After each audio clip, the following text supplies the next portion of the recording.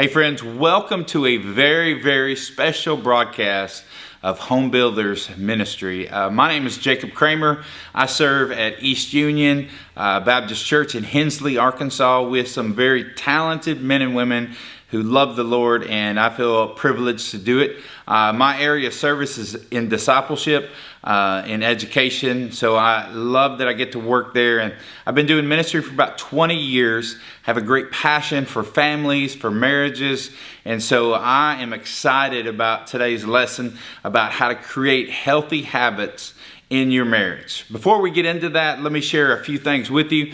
One of them is you can download this handout on the Home Builders website. So feel free to download the handout.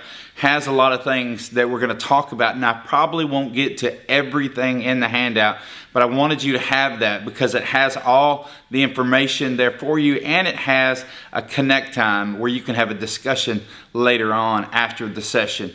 I also want to tell you about some of our future retreats that we're going to have. Normally we meet at Dallas and Branson and at Gulf Shores, and so 3 great retreats. It's great to be there in person. What we're doing now is going to be wonderful, but it's nothing like being there in person. So I would hope that you would be able to check all of that stuff out. I'm going to put my contact information at the bottom of the screen so that you can reach me via email. So please feel free to reach out. Contact me anytime. I'd be glad to help you in any way that I can. Hey, listen, to make this feel like a retreat, what I wanted to do is invite some of my good friends into the conversation. Hey, let me welcome you to our Home Builders session as we continue. I thought I would invite a few of my very good friends to the conversation. And so we're going to normally, if you come to the Gulf, you would see a lot of people and interact and share ideas. So I thought, what better way to do that than to just invite some friends into the conversation. So let me introduce you to our friends that are here. So everybody take a turn, introduce yourself, and share how long you've been married. Me and Josh Motes, we've been married 10 years now. Owen and Linda Curry, and we've been married 50 years. Wow. 50 years. I'm Lindsay, and my husband is taking care of our children at the moment. Okay. We have been married 5 years this week. I thought Heath didn't like the question, so he took off. I didn't know what was happening there. So 5 years? Yes, sir. 5 years. Okay. Okay, Dusty, we couldn't hear you very good, but how many?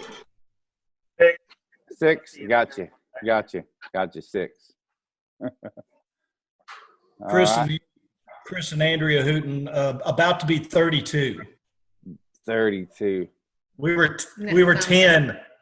Wow. 10. I'm Steve Beasley, and it's my wife Leanna. We'll be married 40 years this June. 40 years. Wow. We got married in the 2nd grade. Second grade. That's awesome. Well, very good. Well, hey, listen, this is what we know. The topic we're talking about is how to have a healthy marriage by creating some habits that will encourage healthy relationships, because what's true is that when you say I do, it doesn't mean the work is over. It just means the work is getting started, right? And so we know that there's a lot of work to put in. So what we want to talk about is every marriage is unique. Every marriage is different. And so everybody's going to have different opinions. So everybody may not have the same answers, but let me just start off by asking this. Have you ever, has anybody ever told you something about what to expect in marriage, or what people have said about marriage? Have you got any before you got married, or in conversations now? What have people told you about marriage? Well, I think the thing I've heard over and over again from any old guy you ask, they'll say it's great as long as you say yes, ma'am. Yes, ma'am. Yes, I think dear. there's actually ends up being a lot to that. Yeah. It actually does help in the end. Say yes, ma'am, and say I'm sorry a lot, right? It does help a lot of things, yes. That's what they say. Anybody else? For good or bad, mostly what you hear or learn is from your own parents, and so like I said, they can be really good or maybe not so good. Yeah. Watching them, living with them. What do they tell you that? Well, what they tell you is how they live, with each other. It's true. Mm-hmm. Mm-hmm. Mine's clear communication and frequent communication. That's what I had always heard. Oh yeah. Communicate. Yeah. Anybody else? Well, Owen's mother, my mother-in-law, she told us at the very beginning of our 50 years that we were always to say, I love you when we went to bed at night. Always. That's supposed to be the last person we have is the words, I love you. Right. Right. And sometimes we stayed up all night because we couldn't say it. But most of the time that worked. Uh-huh. That's good. That's good. That's good. Well, let me ask you a second question that I had here. Now, this is going to make you go back to memory lane a little bit to your dating years. I don't know if you can remember when you dated or how long ago. A long time ago. But the thought is that you had a lot of fun when you dated. What was something that you like to do for fun as a couple when you were dating? Well, we lived in separate towns, so just getting to see each other was a bit for us. I would drive the 2 hours to come see him for a couple of years. So just just getting to be together. Well, Lindsay, you're from Cave City, right? Right. Right. So you just break a watermelon, right? You just get to get watermelon. That'd be it. Yeah, watermelon. We still eat a lot of watermelon, so yes. That'd be it. Anybody else? We didn't have a lot of money, so Some things never change. we'd go toss the frisbee. Him a lot better than me, but anyway. I was the retriever. Andrew likes to see me run.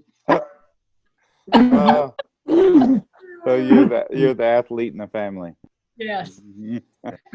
Well, when we were dating, we had 3 kids, so Yeah.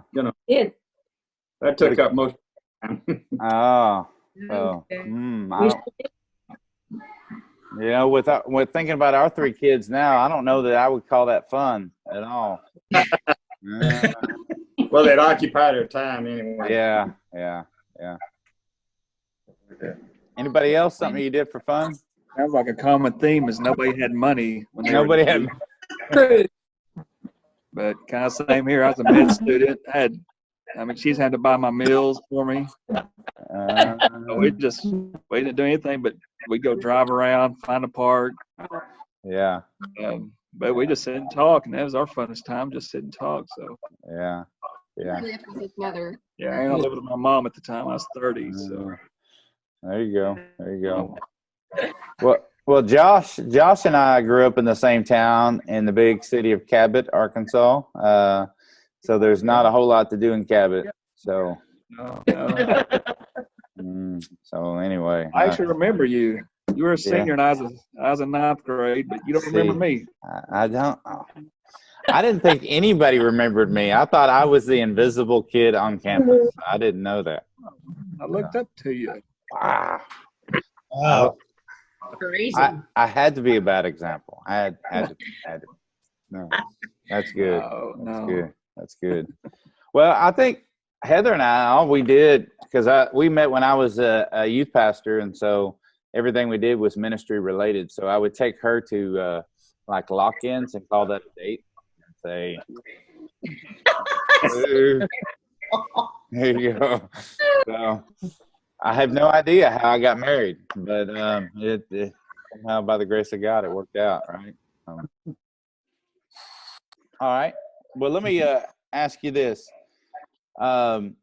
who or what makes your marriage work? Ooh, loaded question. Who or what makes your marriage work? Jacob, Yes.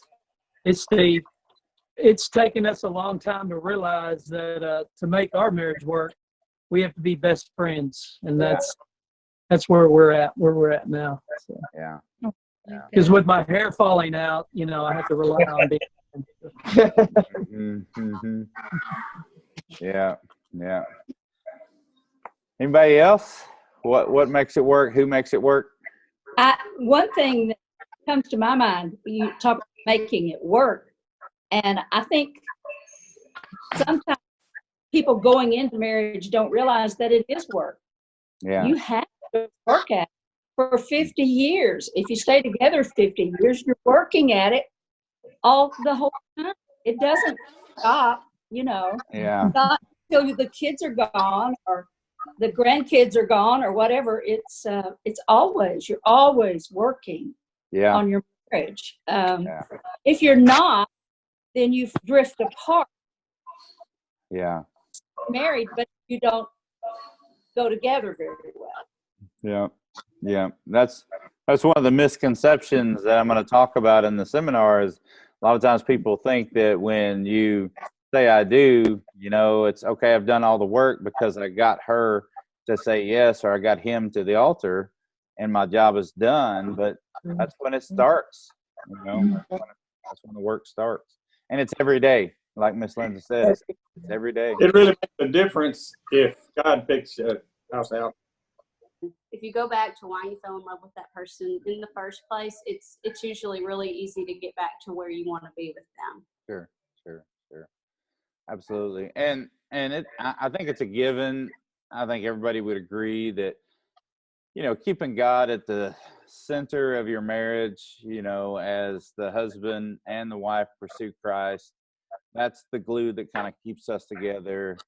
Genesis 2, when it talks about this idea of the oneness of marriage, I mean, it's got to be at the centerpiece. So let me just ask you this: how do you put God first? I know that your love relationship with each other is important, and I heard a lot of people say that to say, hey, we had to be best friends. We had to kind of figure out how to cooperate. We had to remember why we fell in love. But what do you do? What's something specific you do to keep God first in your marriage? Pray together. Okay, that's good. Go to church together. Yeah.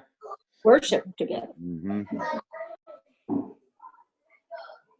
Even if that's from your living room, right? Well, yes. Anybody We else? hold each other accountable Okay. to God. Yeah. And Okay. Anybody else? Read and pray is that's the big deal, and we did not do it for a lot of years. And to what you said, Jacob, if it's two believers who are connected, even though we messed up for a long time, I was married to my work. That's what I was most passionate about and cared most about. But if you're both believers, God is going to intervene because He has to. That's who He is, and He's going to break us and get us over our selfishness, so that we can consider the interests and the needs of our spouse more than our own. And but he does that. And then when that happened for us about 7 years ago, that's when we really got serious about reading and praying together on a regular basis. And you're just missing a whole other level of intimacy when you're not doing that. I mean, Right. Even if you're getting along and you're not selfish as I was, you're still living. You're still less than what God had intended. You're settling for less. Yeah. Even if you don't think it's terrible, and hey, it's not bad compared to my parents. My parents were trained. We're not fighting and leaving each other and all that, but until you're connected spiritually through prayer and reading, then you're really not living at the highest level that God intended for a couple. Right. I agree. All right. So last question I wanted to ask you about, if you could go back to your younger self and give yourself some advice about marriage before you were married, what advice would you give yourself? That's a whole nother show. Your hair will fall out one day. Well, for me, I think it's all about commitment. You know, when I tell when my kid gets married, that's what I'm going to tell him. You know, don't just say the words, but make a true commitment in your heart. Your life will be much happier in the end. You know, you won't let all these distractions come in. When you know down in your heart that you're committed, you know, all the petty things don't matter then. You know, you're not going to let something petty ruin your week with your spouse. Because you know, in the end of the week, you're still going to be together in the end.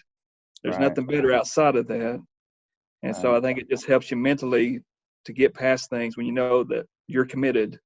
Right. And then when both of you can make that same commitment, then you're golden. That's right. Right. So.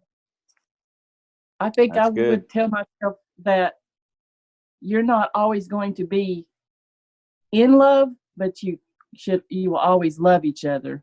Right. There's sometimes when you're just not in love with your spouse, you know. Yeah.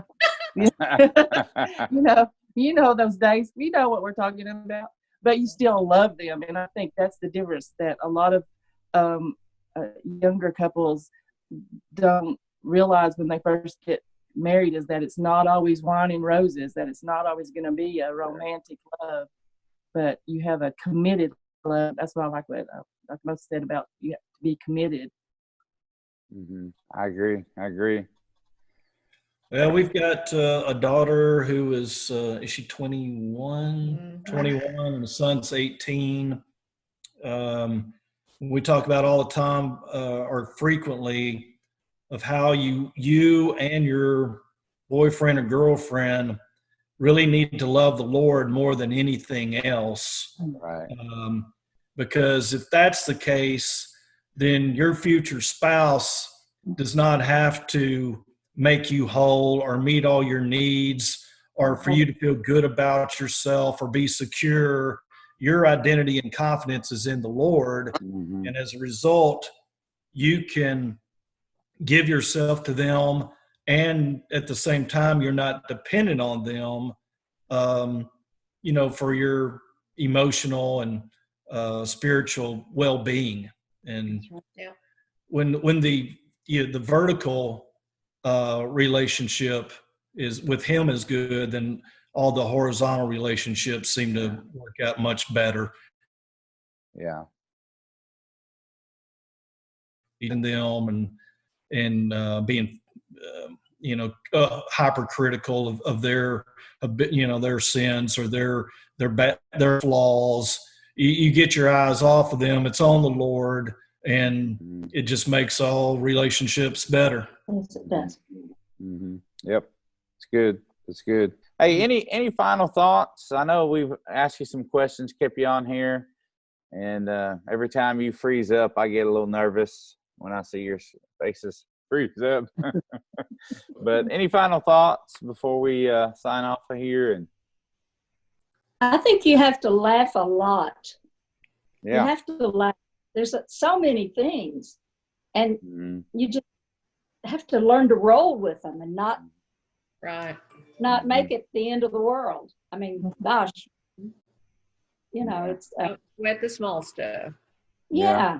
And laughter is good for the kids, and it's good for your own relationship with your spouse. And it is in sickness and in health. So yeah, it's true.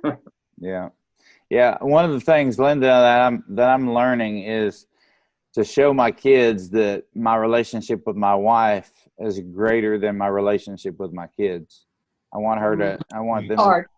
Yeah, absolutely. I want them to know that I love her more, just to show them a model of what that should look like. But sometimes I fail at that. I come home and pick up the kids and hug them without saying hi to Heather or giving her a kiss before I come home. or before I talk to the kids. So it's one of those things I'm trying to be intentional about. Yeah. So, absolutely. Good job, Jacob. Yeah. Work. I'm a work in progress, baby. A work in progress. Jacob, one final thought. Yeah.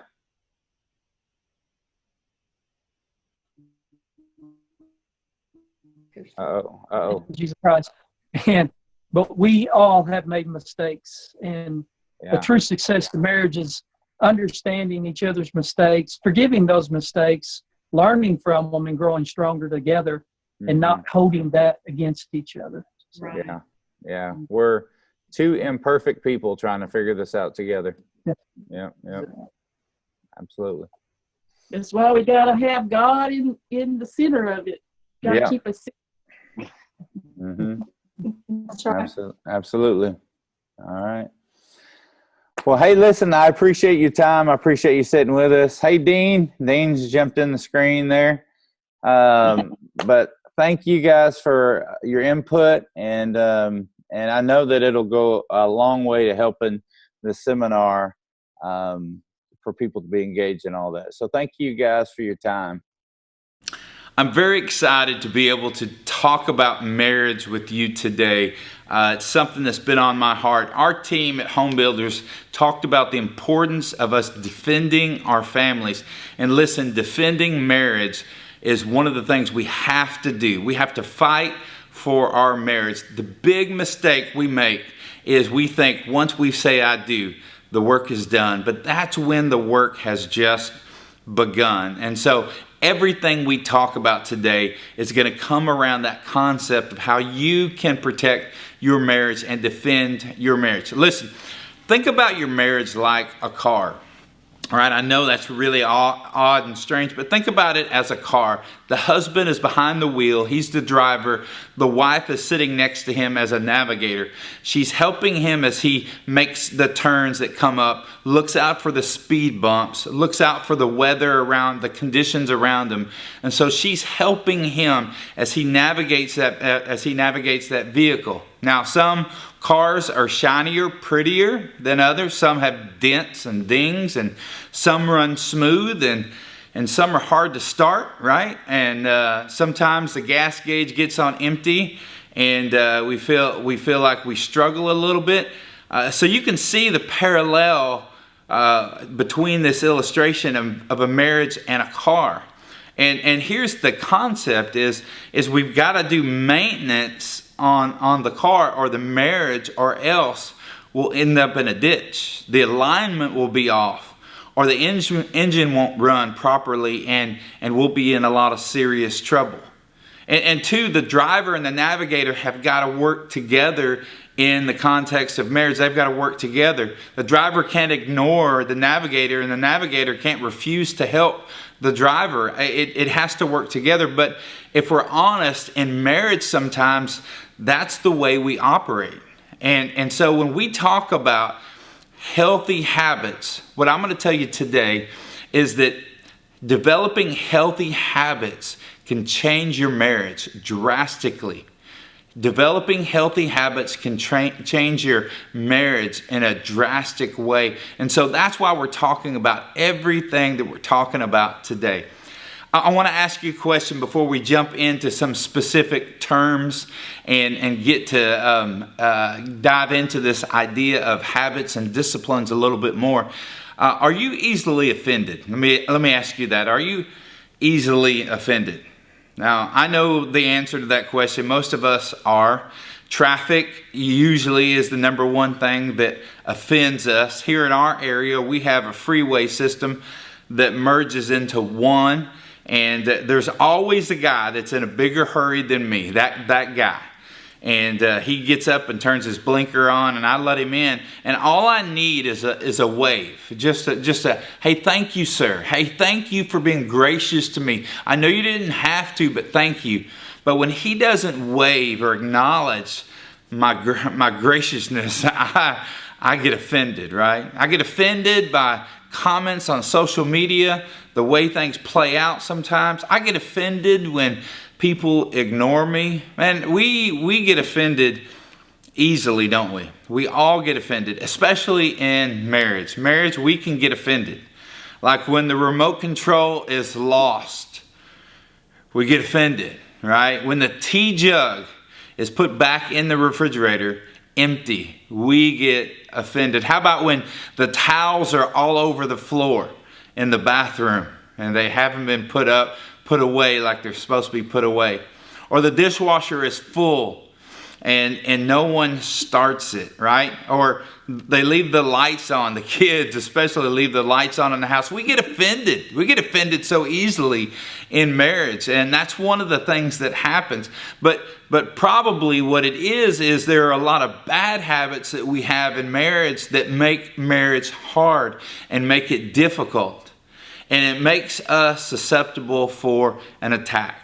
So on your handouts, what I want to point out to you is there's a cycle of offense that I have listed there under that third bullet. And it says this: there's disappointment, or when the offense happens, that's disappointment. That's when we're disappointed. That leads to discouragement. And then that leads to distance. Now that's what the devil wants to do in every marriage, is to cause there to be distance between the husband and wife, to cause separation, to make what is one into two. And so when there's an offense or there's disappointment, it leads to discouragement and distance. And then there's a disconnect. And that disconnect can eventually lead to discord in your marriage. And that means that you are just like roommates, two ships passing in the night. And that's the danger of us by not doing anything to protect our marriage. That's the danger of that. So what we're talking about today is strengthening the relationship that we have together. Genesis chapter 2, verse 24 says it this way: that is why a man leaves his father and mother and is united to his wife, and they become one flesh. God's grand design is that a husband, one man, one woman, come together in a lifetime of marriage, but they do that in a sense of oneness, togetherness, cooperation, in the sense of being one in marriage. That's God's grand design. But we all know that sin entered the equation. If you look at Genesis 3:16, you see that things are not so good after sin has entered the equation. Now there's conflict. Now the woman wants to rule over the man, but God says that the man's going to lead the woman. And so there's this great conflict that's right there and now has entered the equation. So how do we get back to the oneness of our marriage? Well, here's the truth that I want you to know, is that your marital habits will lead to the connection or disconnection of the oneness of your marriage. Let me say this again. Your marital habits will either lead to the connection or disconnection to the oneness of your marriage. And so what we do is important. We need to be proactive, and we need to make sure that we do all that we can to make sure that we are one in marriage. Well, let's talk about those terms that I had mentioned before that are important. Disciplines, habits, identity. 3 words I want you to know, and I think they're really important. You know, a habit is something we do, a behavior that we do consistently. A behavior we do consistently. And then that habit develops into a discipline where it becomes an automatic behavior. And after that habit has taken shape as a discipline, now it becomes part of our identity, and it changes the way we operate, right? For example, if I wanted to be fit, which I currently am not so fit, but if I wanted to be fit, I would do something consistently for 30 days, 60 days, 90 days, get up and go to the gym regularly. So what I'm doing is it's a consistent behavior. And then after a period of time, that turns into a discipline. It happens automatically. I don't have to think about going to the gym. I just do automatically. And then over a long period of time, what's going to happen is it will shape my identity. I will be a person who is fit and feels fit and thinks about fitness often. And so that's what we talk about when we talk about a habit, a discipline, and an identity. We are changing who we are. And as a result, we change our marriage because of changing who we are. Let me give you some examples of a habit and what I'm talking about. When I get on an elevator, if I'm at a hospital, right now COVID-19 doesn't allow that, but when I usually get on an elevator at a hospital, the first thing I do is I pull out my phone. Because it's awkward and I don't, the conversations aren't usually there. People are talking, I'm by myself. So I automatically pull out my phone. Every time I step on an elevator, I pull out my phone just to kind of just deal with it. Well, when I wake up in the morning, the very first thing I do is turn on the coffee pot. I make a cup of coffee. That's what I do. It's a habit. When I sit down on the couch in the living room, I look for the remote, right? It's a habit. It's just something I automatically do. A habit is consistently meeting a need with a chosen behavior. And that's what we're talking about, is consistently meeting a need. That key word there is consistently meeting a need. And that's what we're talking about that we need to do consistently. Let me give you a bad habit. Now, most of you guys out there, and stay with me guys, help me out, that we know about something called toe flossing, right?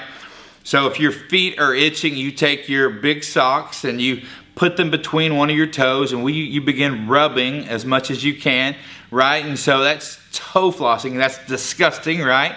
That's a bad habit.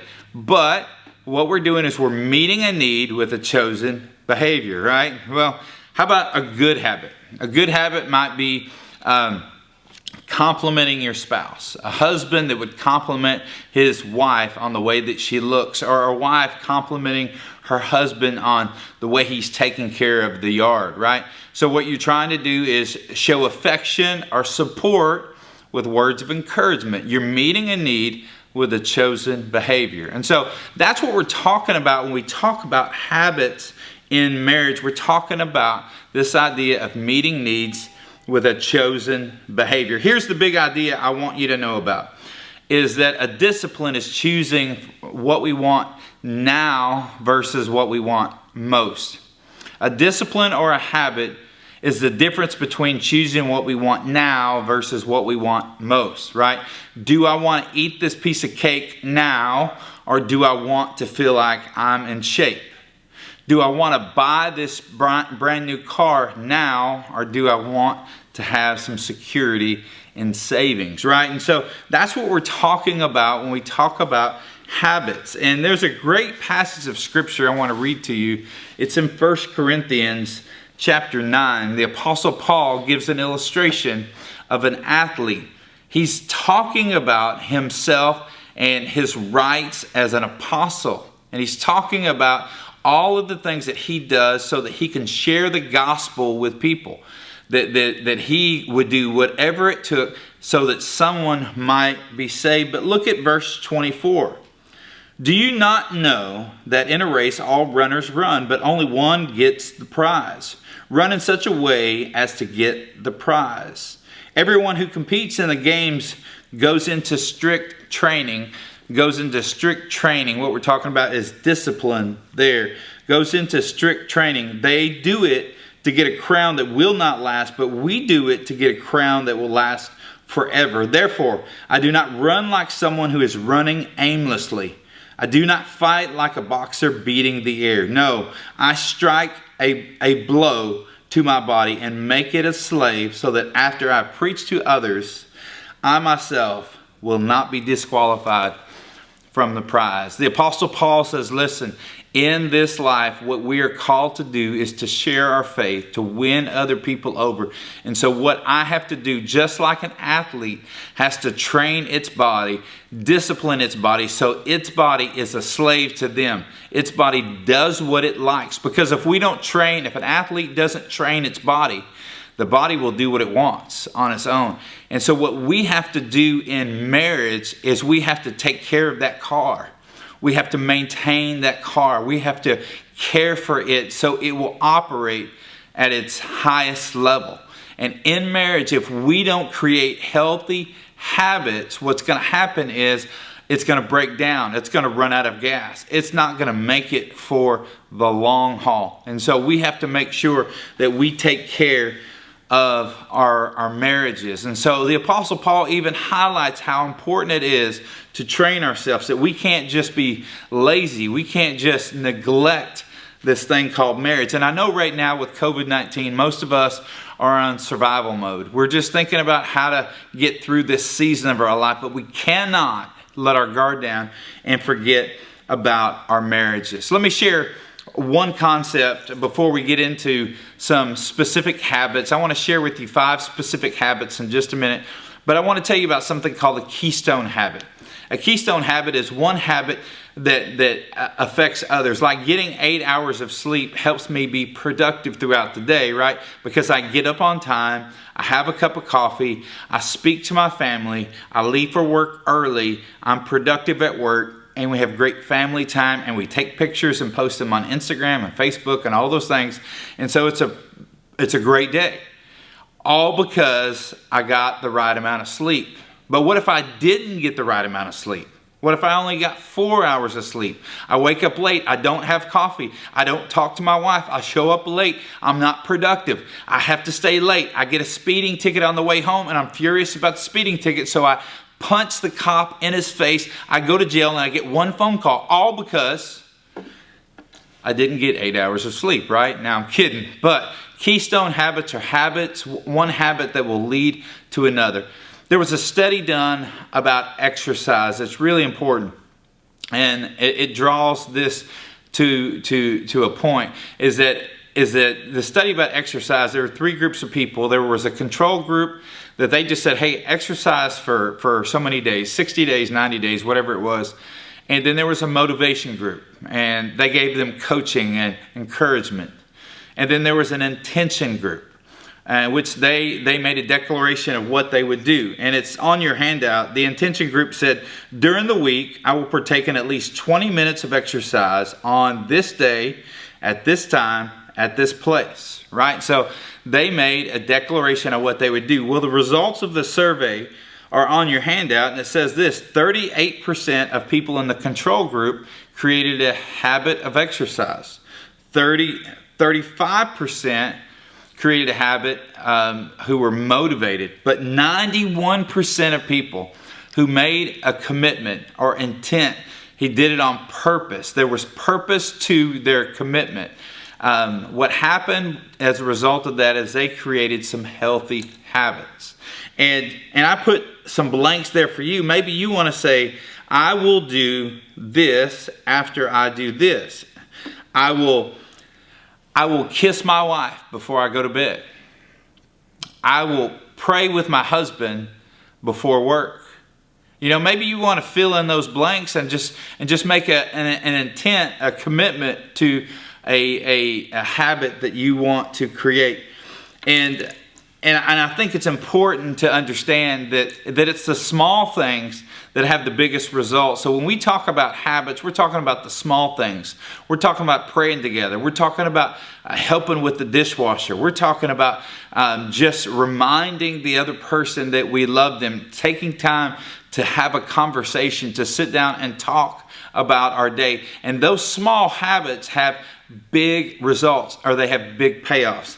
I like what James Clear said. He said, every time you choose to perform a bad habit, it's a vote for that identity. Every time you choose to make a bad habit, it's a vote for that identity. So we've got to be aware of our choices, good and bad habits. And I love what Craig Rochelle said. Successful people do consistently what other people do occasionally. Successful people do consistently what other people do occasionally. And so you could almost insert, successful people do the small things consistently what other people do occasionally. And I think that's exactly what we're talking about when we talk about habits, those consistent things that we do.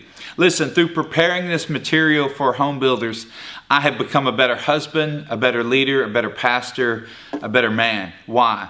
Because what habits have done have changed who I am. And it has in turn changed my marriage. So what I'm telling you today is this. I'm telling you that if you will commit to adding some habits to your life, just committing to changing one habit, 2 habits, positive habits, what it will do is it will change you, in effect, change your marriage. It will change you first, and then in effect, change your marriage. So what I want to ask you is, what kind of husband do you want to be? What kind of wife do you want to be? Do you want to be a husband that's a good listener? Do you want to be a husband that makes sure his wife feels understood? Well, what's a habit that will help you to accomplish that goal? Do you want to be a wife that's an encourager? Do you want to be a wife that spends time with her husband and things that he enjoys? Do you want to do those things? Well, what habits will allow you to do that, and then begin practicing those habits? Listen, I want to give you five habits I think that you can put into practice that I think that will help you tremendously. So, first habit, I don't have these on my handout, so you may just kind of take notes with these. First one is pray together. Pray together. Grab hands, pray out loud. Husbands, pray for your wives and just pray, God bless them today, and whatever this day holds, whatever decisions, whatever relationships, whatever she's faced with, just bless her and know that I'm her husband and I've got her back no matter what. God bless my husband today as he provides for our family, to know that he is adored by his family. I don't know what it is specifically, but it's not long essay prayers. It's not lengthy, wordy prayers. It's real quick, right at the door before he leaves. Go hold hands and pray together. Second thing that I would say is have serious fun. Have some fun together. I know COVID-19 prevents you from going out and doing stuff that's fun. Maybe get on a four-wheeler if you have four-wheelers and ride. Maybe do something outside together. It's just the two of you. I'll just tell on myself. When COVID-19 came out, Heather and I started watching Medea movies, because Medea makes me laugh, roll, cry, my side hurts. But it was something that we did together. Find a way to have fun together, right? Third thing that I would say is a habit that you can do, right? You can do one thing by praying together. You can do another thing by having fun together. But a third thing is to put God first. Now, why do we want to put God first when we're talking about a relationship between a husband and wife? Well, let me grab a prop. And this is an umbrella, right? And so when we put God first by reading His Word, by praying, by staying connected to Him, by being obedient to Him, this is what we're doing. We're getting the protection of God. We're getting the sovereignty of God. We're getting the authority of God over our lives because we are putting Him first in our lives. And so that's what we need to do as a husband and as a wife, say that our relationship with God comes first. So I'm going to create some habits where I put God first in our marriage. So that's the third habit. The fourth that I would suggest is love and respect. Ephesians 5:33 talks about love and respect, that husbands are supposed to love their wives and wives respect your husbands. Find ways, husbands, to show your wife you love her.